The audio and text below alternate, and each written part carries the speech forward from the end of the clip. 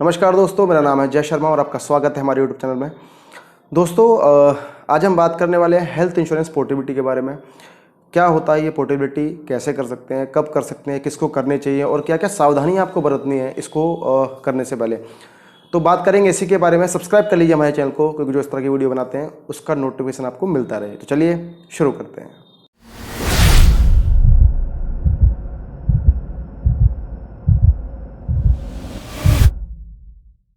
अब दोस्तों बात करते हैं कि पोर्टेबिलिटी होता क्या है। दोस्तों, जब भी आप कोई सिम चेंज करते हैं, आप मान लीजिए वोडाफोन में है, आप जियो में जा रहे हैं, तो उसको हम बोलते हैं पोर्टेबिलिटी। आप एक नेटवर्क से दूसरे नेटवर्क पे आप पोर्ट हो रहे हैं, आप शिफ्ट हो रहे हैं उस नेटवर्क पे। इसी तरीके से जब आप इंश्योरेंस पॉलिसी लेते हैं, हेल्थ इंश्योरेंस पॉलिसी लेते हैं, तो आप उस पॉलिसी को भी अपनी दूसरी कंपनी में, अगर मान लीजिए कोई चीज़ आपको पसंद नहीं आ रही, तो आप दूसरी कंपनी में पोर्ट कर सकते हैं, अपने आप को शिफ्ट कर सकते हैं। तो इसको हम बोलते हैं पोर्टेबिलिटी। यहाँ पर जिस कंपनी में आपने इंश्योरेंस लिया हुआ है, उस कंपनी से आप दूसरी कंपनी में शिफ्ट कर सकते हैं, तीसरी कंपनी में, मतलब जितनी भी कंपनी इंडिया में काम करते हैं, आप किसी भी कंपनी के अंदर जाके अपनी पॉलिसी को पोर्ट करा सकते हैं। और जितने भी साल आपने निकाले हैं उस पॉलिसी के अंदर, मान लीजिए आप पॉलिसी 4 साल से चला रहे हैं, तो 4 साल के जो बेनिफिट होंगे, जो सर्वाइवल बेनिफिट होंगे, वो आपको यहाँ पर उतने मिल जाएंगे। जो भी आप जिस कंपनी में पोर्ट करेंगे, उस कंपनी में बेनिफिट आपको वहाँ पर मिल जाएंगे। अब बात करते हैं कि जिस कंपनी में हम पोर्ट करेंगे अपनी पॉलिसी को, उस कंपनी में हमें क्या क्या बेनिफिट मिलेंगे इस कंपनी की जगह पर। तो दोस्तों, कुछ कॉमन बेनिफिट हैं जो आपको मिलते हैं पोर्ट करने पर। जैसे कि कुछ 2 साल का स्पेसिफिक डिजीज़ का एक ऑप्शन होता है। जब भी आप नई पॉलिसी लेते हैं तो आपको 2 साल मिनिमम वहाँ पर निकालने होते हैं। तीसरे साल से आपकी वो बीमारियाँ कवर होती हैं। तो ये जो जब भी आप कंपनी में पोर्ट करते हैं तो ये सारी चीज़ें आपकी कवर हो जाती हैं। ऐसे ही जो प्री एग्जिस्टिंग डिजीज़ होती है, उसके लिए आपको मिनिमम 4 साल या 3 साल का जो कंपनी का जो टाइम होता है, वो आपको निकालना होता है। और अगर उतना टाइम आप पुरानी पॉलिसी में निकाल चुके हैं, तो कंपनी में आप पोर्ट करते हैं दूसरी कंपनी में, तो वो बेनिफिट आपको वहाँ पर मिल जाता है। तीसरा बेनिफिट आपको जो मिलेगा, वो मिलेगा आपको अपने सम एश्योर्ड का। मान लीजिए आपका सम एश्योर्ड है 5 लाख रुपए, आपका बोनस है उसमें 2.5 लाख रुपए, तो 7.5 लाख रुपए आपका जो टोटल हो गया। अगर मान लीजिए आप 5 लाख से 5 लाख में पोर्ट करते हैं, तो फिर आपको वहाँ पर कोई दिक्कत नहीं है। लेकिन अगर आप 5 लाख से लेकर 10 लाख में पोर्ट करते हैं, तो फिर आपको जो ऊपर का 5 लाख होता है, उस पर आपका वेटिंग पीरियड लगता है 2 साल का या 4 साल का, जैसे भी जो आपका नई पॉलिसी में वेटिंग पीरियड लगता है उस तरीके से। तो फिर यहाँ पर जो आपका 2.5 लाख रुपए का बोनस है, मान लीजिए 5 लाख का सम एश्योर्ड था, 2.5 लाख का आपका बोनस था, टोटल आपका 7.5 लाख था। तो अगली कंपनी में जब आप जाएंगे, तो फिर वो 2.5 लाख का जो बोनस होगा, वो भी आपका कंसिडर माना जाएगा। और 10 लाख की पॉलिसी में 7.5 लाख रुपये आप ले सकते हैं, और 2.5 लाख रुपये आपका सिर्फ जो वेटिंग पीरियड के लिए आपको वहाँ पर रह जाएगा। इसके अलावा जो बेनिफिट मिलेंगे, वो सारे बेनिफिट आपको वो मिलेंगे जो आपको नई कंपनी प्रोवाइड कर रही है। पुरानी कंपनी के जो फीचर थे वो पुराने प्लान में थे, नई कंपनी में आप पोर्ट कर रहे हैं, तो जो भी फीचर होंगे वो नए प्लान के हिसाब से आपको मिलेंगे। उन फीचर्स पे, उनके प्लान के फीचर्स पे कोई आपका अंतर नहीं आएगा, कोई फर्क नहीं पड़ेगा। जो पुरानी कंपनी में तो वो पुरानी कंपनी में चले गए, नई कंपनी में जो फीचर आपको मिल रहे हैं वो नई कंपनी में आपको मिलेंगे। लेकिन जो कॉमन बेनिफिट मैंने आपको बताया था, जो सर्वाइवल बेनिफिट था आपका 2 साल का, 4 साल का, या फिर सम एश्योर्ड वाला, तो वो यहाँ पर आपको मिलेगा। इसीलिए आप इसे पोर्ट करते हैं, तो आपको वो बेनिफिट आपके कंटिन्यू वहाँ पर माने जाते हैं। अब दोस्तों बात करते हैं कि कब कब हमें पोर्ट करना चाहिए और लोग पोर्ट क्यों करते हैं। तो दोस्तों, जो मेन कारण होते हैं पोर्ट करने के, वो सबसे पहला होता है प्रीमियम का।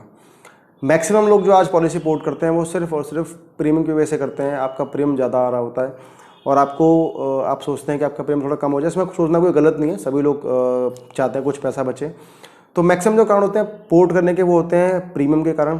प्रीमियम आजकल कंपनियां बहुत ज़्यादा बढ़ाती जा रही हैं, हर साल आपको बढ़ा के देती हैं, तो आप उसको पोर्ट करते हैं। उसके अलावा जो कारण है वो सर्विसेज का। मान लीजिए किसी कंपनी की सर्विसेज आपको पसंद नहीं आ रही हैं, या फिर तीसरा जो कारण है वो एजेंट का है कि एजेंट की सर्विस आपको पसंद नहीं आ रही है, तो आप, क्योंकि एजेंट को चेंज करना बहुत थोड़ा सा मुश्किल होता है, तो आप कंपनी चेंज कर देते हैं, आप दूसरा एजेंट को हायर कर लेते हैं। तो ये भी एक कारण होते हैं चेंज करने के। इसके अलावा मान लीजिए आप मैटरनिटी कवर लेना चाहते हैं, आपकी पॉलिसी में मैटरनिटी कवर नहीं है, आप चाहते हैं कि किसी और प्लान में जाकर मैटरनिटी कवर मिल जाए, तो आप उसको पोर्ट कर सकते हैं। या फिर आप पोर्ट कर सकते हैं फीचर्स के लिए, कि भाई फीचर्स जो हैं वो नई पॉलिसी में ज़्यादा मिल रहे हैं। पुरानी पॉलिसी जो आप 4-5 साल से यूज़ कर रहे थे, उसमें कम फीचर्स थे। नई पॉलिसीज़ कंपनियां लॉन्च कर रही हैं, तो वहाँ पर नए फीचर्स मिल रहे हैं, ज़्यादा फीचर्स मिल रहे हैं, आपको अनलिमिटेड रजिस्ट्रेशन मिल रहे हैं, आपको सेम पर्सन सेम मिलनेस के लिए आपको रजिस्ट्रेशन मिल रहा है। बहुत सारी चीज़ें होती हैं, अलग अलग फीचर्स कंपनी लॉन्च करती रहती हैं। तो अगर आपको लगता है कि वहाँ ज़्यादा फीचर मिल रहे हैं, ज़्यादा चीज़ें वहाँ कवर हो सकती हैं, तो फिर आप उस कंपनी को पोर्ट कर सकते हैं, आप उस पॉलिसी को पोर्ट कर सकते हैं, आप दूसरी कंपनी में अपनी पॉलिसी को शिफ्ट कर सकते हैं।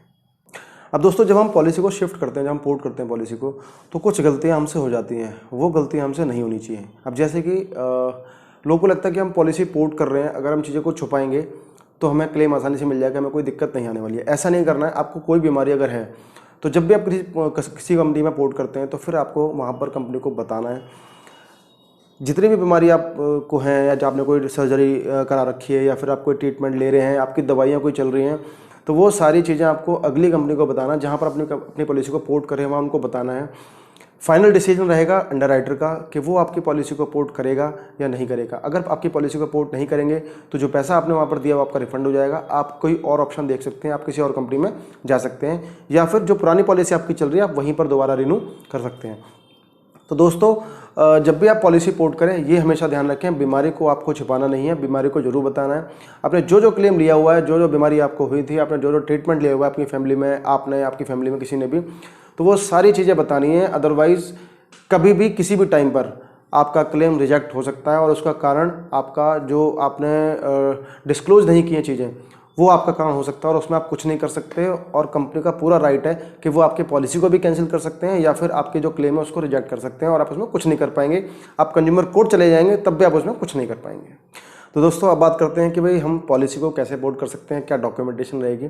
तो दोस्तों, इसमें पॉलिसी को पोर्ट करने के लिए सिंपल प्रोसेस होता है। आपके केवाईसी के डॉक्यूमेंट लगते हैं, पैन कार्ड, आधार कार्ड, ठीक है, प्रपोजर के वो भी, और जो अन्य आपके जो इंश्योर्ड हैं उनके भी आपके डॉक्यूमेंट लग सकते हैं। वैसे तो पॉलिसीज़ आपके लग जाती हैं तो वहाँ पर उनको डिटेल सारी मिल जाती है। उसके अलावा आपकी पिछले 4 साल की पॉलिसीज़, या फिर उससे कम, अगर आपने 2 साल, मान लीजिए आपको 1 साल या 2 साल हुए हैं तो वो 2 साल की पॉलिसी लगेगी। या फिर अगर आपको 4 साल, 3 साल, 4 साल या फिर उससे ज़्यादा टाइम आपको हुआ है तो फिर 4 साल तक की मैक्सिमम पॉलिसी वहाँ पर लग सकती है। ये डिपेंड करेगा कंपनी टू कंपनी। कोई कंपनी 3 साल लेती है, कोई कंपनी 4 साल मैक्सिमम लेती है, जो कि पीडी कवर करती है उसमें। तो फिर ये आपकी चीज़ें वहाँ पर लगेंगी।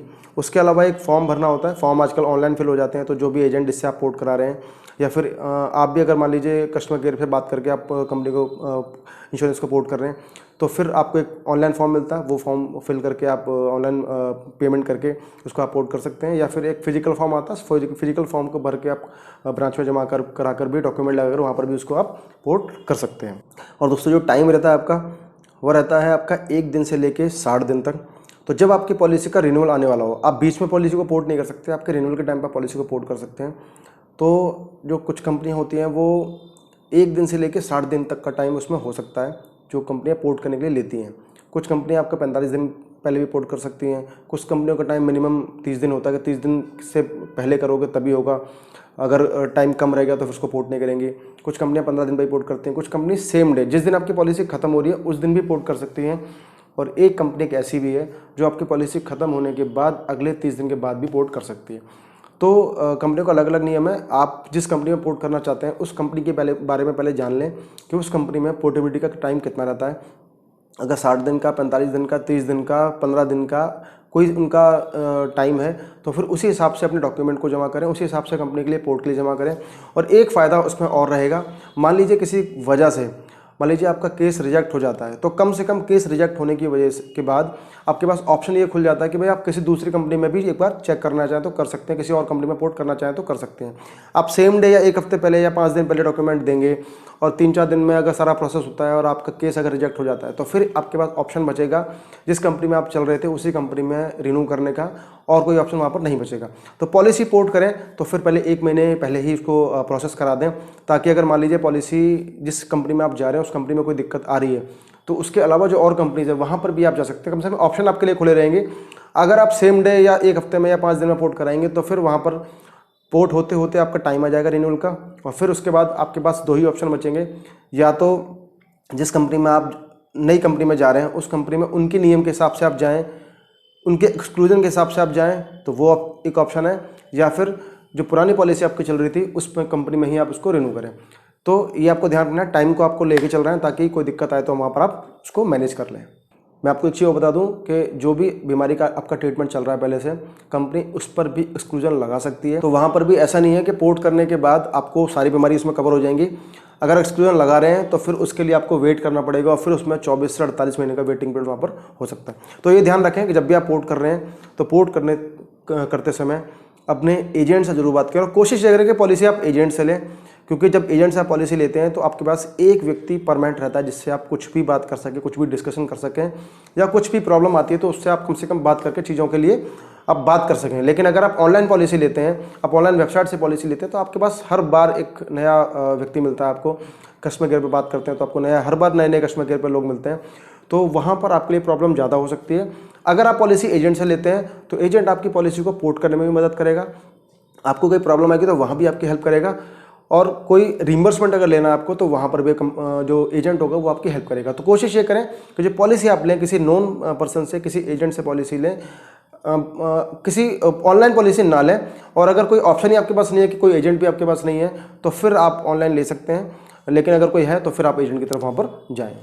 तो दोस्तों ये था हमारा आज का वीडियो पोर्टेबिलिटी को लेकर, हेल्थ इंश्योरेंस पोर्टेबिलिटी के बारे में। अगर आपको कोई जानकारी और चाहिए आप हमें कमेंट करके पूछ सकते हैं। हमारा नंबर हमने डिस्क्रिप्शन में डाल दिया है, तो वहाँ आप हमें कॉल कर सकते हैं, आप हमें व्हाट्सअप करके जानकारी ले सकते हैं। उसके अलावा आप हमारे चैनल को सब्सक्राइब कर लीजिए, क्योंकि जो इस तरह की वीडियो हम बनाते हैं उसका नोटिफिकेशन आपको मिलता रहे। और जो रिलेटेड होंगी हेल्थ से या मोटर से रिलेटेड कोई वीडियो बनाते हैं तो उसका नोटिफिकेशन भी आपके पास आता रहेगा। तो दोस्तों आज के लिए इतना ही, बहुत बहुत धन्यवाद आपका।